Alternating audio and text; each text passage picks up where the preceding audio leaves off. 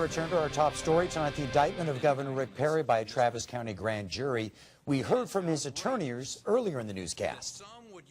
Governor Rick Perry is standing by his decision to veto funding to the state's public integrity unit after Travis County DA Rosemary Lehmberg refused to resign in the wake of her drunk driving conviction. Perry spoke twice over the weekend, saying if he had to do it again, he'd make the same decision. I very clearly, I very publicly said that as long as that individual was going to be running that agency, I had lost confidence in her, the public had lost confidence in her, and I did what every governor has done for decades, which is make a decision on whether or not it was in the proper use of state money to go to that agency, and I vetoed it. This is not the way that we settle differences, political differences in this country. You don't do it with indictments. We settle our political differences at the ballot box. Joining us now to talk about this, the chairman of the Travis County Democrats, J.D. Gins, and Republican consultant Matt Mackowiak.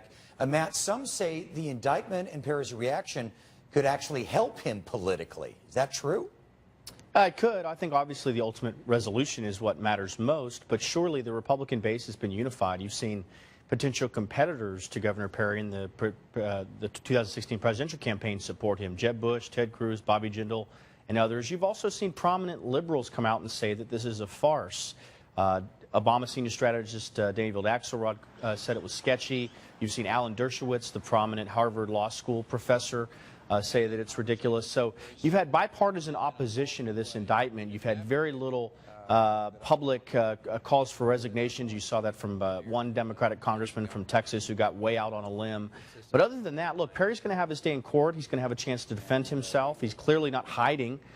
He's going to continue to defend himself publicly. And if this PR battle is clearly being lost by Travis County District Attorney Rosemary Lehmberg, who's had a very rough 72 hours. J.D. Gins, how did Democrats make the most of this? Well, I don't think we're trying to make the most of this. I think this is a real issue.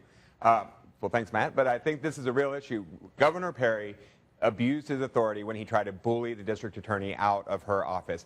And everyone fails to notice that this wasn't actually an indictment handed down by the district attorney of Travis County. This was an indictment handed down by a prosecutor from Bexar County who happens to be a Republican, who looked at the evidence and saw that there's enough to warrant at least a trial on this. So while it's true that we're losing a PR battle, or we might be, this isn't about the district attorney. This is about Governor Perry and his abuse of power. Either of you, can you explain in layman's terms? Governors, presidents always use veto and threaten to veto if certain things don't happen about legislation. How is this veto with Governor Perry different? So for Governor Perry, no one is disputing he has the right to veto something. However, the method he went through of bullying the district attorney, saying, if you don't do this, I will do this. It's ironic. Earlier, Matt said we settle things at the ballot. Wait a minute. Bullying?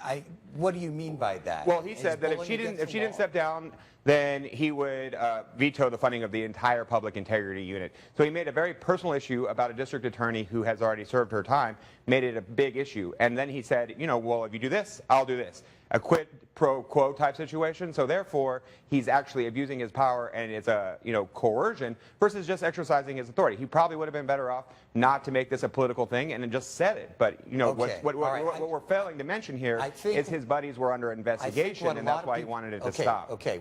I think what a lot of people don't understand is quid pro quo. You do this, or I'm going to do that. Yep. Seems to happen all the time with veto threats. The problem here is that you have two lawful actions. It's lawful for the governor of Texas to call for a state official to resign, a county official even to resign. And it's also lawful to use the line item veto that's constitutionally protected. So this prosecutor seems to think there's a case to be made that using two lawful actions in some type of combination can somehow be unlawful. This is an absurd legal case. It's going to be thrown out very quickly.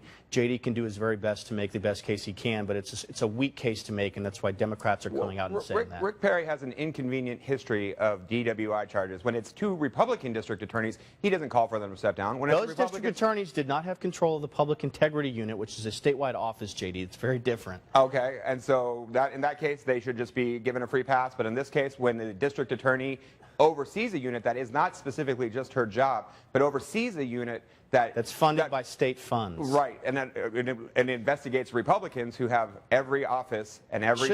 They shouldn't just be investigating Republicans. They should be investigating all people who. The reason it's a lot of Republicans is because we have single party rule right now. Well, the reason that it's in Travis County is because the capital is in Travis County. Well, we got to wrap it up. This legal process continues. Gentlemen, JD, Matt, thank you both very much. Thank you. Sure.